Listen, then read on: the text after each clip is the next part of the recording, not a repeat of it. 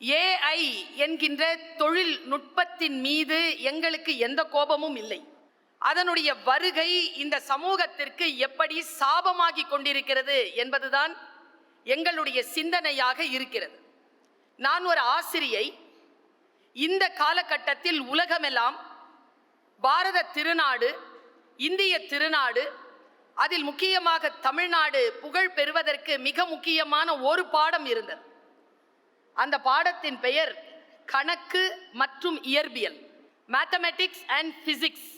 இந்த இரண்டிலே மிக நுட்பமான பல வளர்ச்சிகளை பள்ளிக்கூடத்தில், கல்லூரிகளில், பல்கலைக்கழகங்களில் அல்ல, தினந்தோறும் வாழ்வியலில் முன்னெடுத்த ஒரு சமூகமாக இந்திய சமூகமும் தமிழ் சமூகமும் திகழ்ந்து கொண்டிருந்தது. எல்லோருக்கும் மில்லியன், பில்லியன், ட்ரில்லியனோடு அவர்கள் நிற்கிறார்கள். தமிழர்களுக்கு மட்டும் கோடிக்கு பிறகு வெள்ளம், ஆம்பல் என்று அத்தனை எண்ணிக்கை உண்டு. இன்றைக்கு பள்ளிக்கூடங்களுக்கு போய் பாருங்கள், கல்லூரிகளில், ஆர்ட்ஸ் அண்ட் சயின்ஸ் கல்லூரிகளில் போய் பாருங்கள், கணக்கு பாடம் எடுப்பதற்கு ஒரு மாணவன் கூட வருவதில்லை என்கின்ற இழிநிலையில் இன்றைக்கு கணக்கு என்கின்ற துறை, கணக்கியல் துறை நிகழ்ந்து கொண்டிருக்கிறது. யாரும் இன்னைக்கு மேத்தமெட்டிக்ஸ் படிக்கிறதுக்கே தயாரா இல்லை. இது ஏஐனுடைய வருகையால் நிகழ்ந்திருக்கிறது என்கிறேன் நான். ஏஐனுடைய வளர்ச்சி, கணினியினுடைய தொழில்நுட்ப வளர்ச்சியினுடைய மிக நுட்பமான செயற்கை நுண்ணறிவு என்கின்ற ஒரு வருகை தமிழ்நாட்டில் கணக்கு புத்தியை அழித்திருக்கிறது. நினைவாற்றல் சொல்லக்கூடிய அந்த தகுதியை மக்களிடமிருந்து பறித்திருக்கிறது என்கின்ற மிகப்பெரிய குற்றச்சாட்டை நான் எங்கள் அணியின் மூலமாக வைக்கிறேன். மிக நுட்பமாக இன்னொரு விஷயத்தை சொல்றேன்.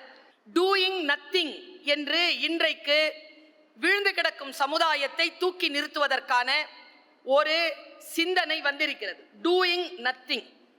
நான் இங்க இருக்கிற எல்லாரையும் பார்த்து கேட்கிறேன். இந்த தொலைக்காட்சியின் மூலமாக, காணொளியின் மூலமாக இந்த நிகழ்ச்சியை பார்த்து கொண்டிருக்கக்கூடிய அத்துணை பேரிடத்திலும் கேட்கிறேன், யாராலாவது இன்றைய சூழ்நிலையில் டூயிங் நத்திங் என்று உங்களால் உட்கார முடியுமா? ஒன்று பாட்டு கேட்கணும், ஒன்று புத்தகம் வாசிக்கணும், இல்லைனா கம்ப்யூட்டர் பார்க்கணும், இல்லைனா போன்ல இருக்கணும். இந்த நான்கையும் தவிர்த்து 2 நிமிஷம் உங்களால சும்மா உட்கார முடியுமா? உங்களால் சும்மா உட்கார முடியாதபடிக்கு உங்கள் மனநிலையை கெடுத்து வைத்திருக்கக்கூடிய இந்த செயற்கை நுண்ணறிவு திட்டத்தின் மீது நான் குற்றச்சாட்டை வைக்கிறேன். அது இந்த சமூகத்திற்கு சாபமாக விளைந்து கொண்டிருக்கிறது. எனக்கு ரொம்ப ஆச்சரியம் என்னன்னா, சாந்தாமணி அவர்கள் பேசின சில கருத்துக்கள் நீங்க சபை குறிப்பிலிருந்தே நீக்கணும். அடுத்த பட்டிமண்டபத்துக்கு உங்களுக்கு கோபப்படக்கூடாதுன்னு சொல்றீங்களா? அவ்வளவுதான். என்ன தெரியுமா பிரச்சனை? எல்லாரும் கருப்பா பிறப்பாங்க. அந்த சூழ்நிலையை நாம எல்லாரையும் வெள்ளையா பிறக்க வச்சிடலாம்னால நான் என்ன சொல்றேன், வெள்ளை என்பது, சிவப்பு என்பது அழகுன்னு யார் சொன்னது? இது எப்படி இருக்குன்னா, வெள்ளையா இருக்கிறவங்க பொய் சொல்ல மாட்டாங்கன்னு அவங்க சும்மா நீங்க எல்லாம் சிரிப்பீங்கன்னு சொல்லிட்டாங்க. இங்கிலீஷ் பேசுறவன் புத்திசாலி, சிவப்பா இருக்கிறவங்களாம் அழகு. தந்தை பெரியார் என்ன சொன்னார் தெரியுமா? சிவப்பு என்பது நிறம், ஆங்கிலம் என்பது மொழி. அவ்வளவுதான். இதை தூக்கி அறிவாகவும் அழகாகவும் கொண்டாடுகின்ற தன்மையினால் தான் இன்றைக்கு நாம் கேடு கெட்ட நிலைக்கு நிற்கிறோம் என்று நான் குற்றம் சுமத்துகிறேன்.